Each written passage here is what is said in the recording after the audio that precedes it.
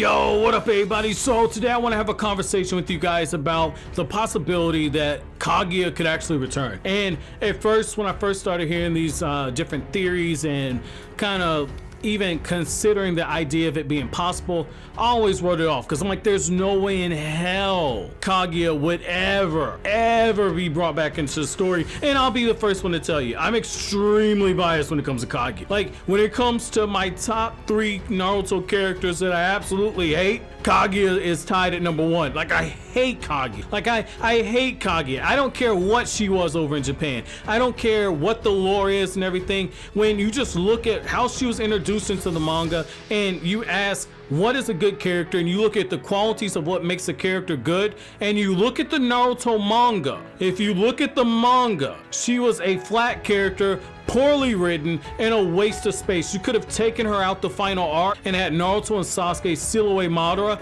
and all of a sudden, the story, it wouldn't have missed a beat. It wouldn't have missed a beat because there was no foreshadowing of Kaguya before Madara brought up. But I'm not going to turn this video into that because I could rant on that another day. But here's the thing.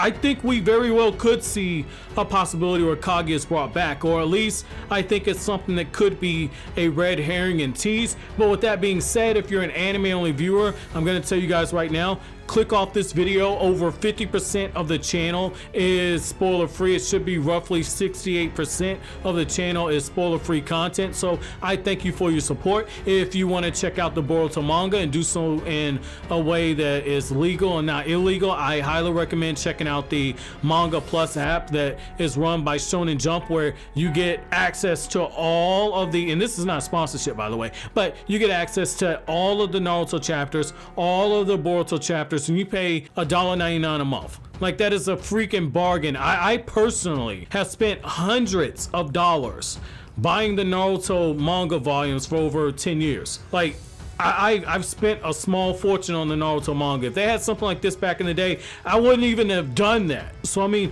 I highly recommend doing it, man, because this is a big deal. So with that being said, if you're still here, I'm assuming you're okay with any type of spoilers. So let's go ahead and get right into the topic. All right, man. So given all the information that we got in the Boruto chapter 35, you know, we learned that when the Otsutsuki have traveled, they've typically done so in pairs, or at least, keyword at least, according to Sasuke's theory, because this isn't confirmed. It's probably a really sound theory, and Sasuke is arguably the smartest person in the Hidden Leaf Village after Shikamaru. I'll stand by that, but after Shikamaru, he's probably the smartest person in the village. So I could definitely see Sasuke's theory proving to be correct. And I mean, given how much Sasuke's been kicking around the ruins of the Otsutsuki clan and kind of getting on the radar, I could definitely see this definitely being a scenario where Sasuke's spot on. So when you look at Sasuke's theory, every time they've traveled, they've done so in pairs.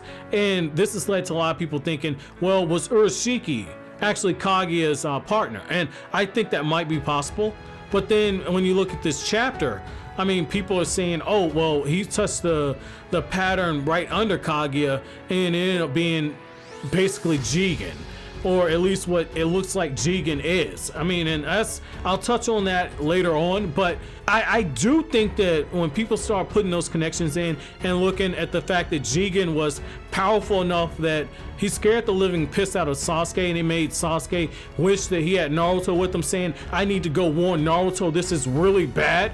And for Sasuke to even come to that conclusion after everything he's been through, for him to say this is really bad, it lets you know, okay, Jigen is really powerful. And when you look at the fact that Konoha is going through preparations, preparing for an Otsutsuki invasion, they're preparing for them to come to their planet. That's something they've made clear. And Kishimoto set that up in Naruto Gaiden while Boruto and the others, according to the Naruto Gaiden manga, according to that, while Boruto and the others were still in the academy, right before they went through for the graduation exams, Five Kage had a meeting, and Sasuke attended the meeting and told them everything that was going on. According to Naruto Gaiden, one of the things we found out is that a few years ago in the timeline, Sasuke had the conversation with the Five Kage, let him know that he thinks there's more Otsutsuki, let him know that he thinks they're coming, and then sure enough, a few years later in the timeline, Momoshiki and Kinshiki and Urashiki show up in the anime. Now, what's also interesting about that is the fact that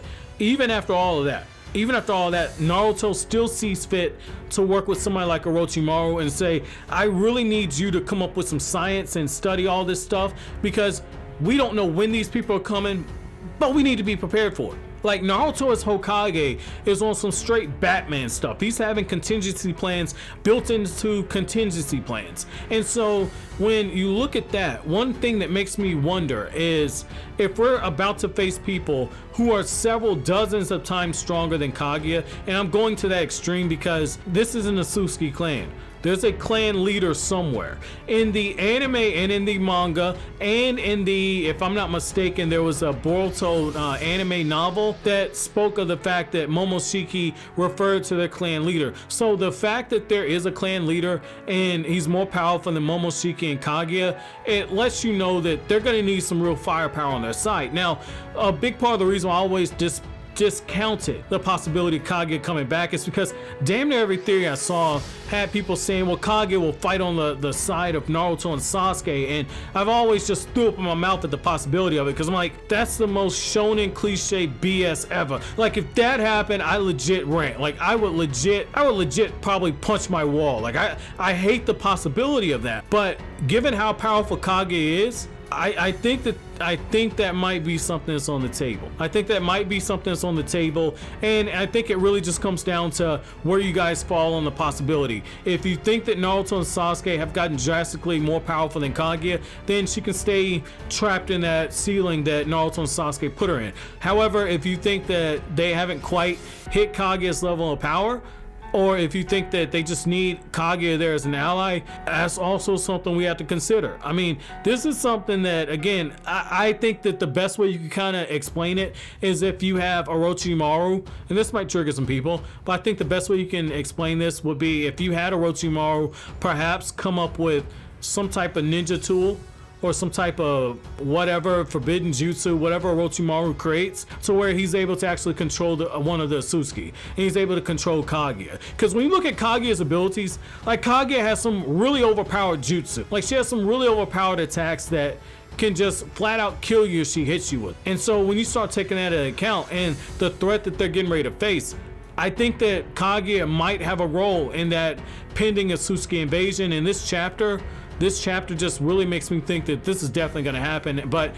if you put a pistol in my head and said, could Kaguya return in the Boruto series, I say probably the only way she returns is if we get a flashback that gives us new material about Kaguya. So technically she would be returning because it'd be a flashback that would give us new information about her and everything that led to her coming to the planet. So that technically would be a return. But if you mean her being unsealed, I think that if you do that, we run the risk of some bad storytelling, because the worst thing that Kodachi could do is bring Kaguya back and all of a sudden she's reformed.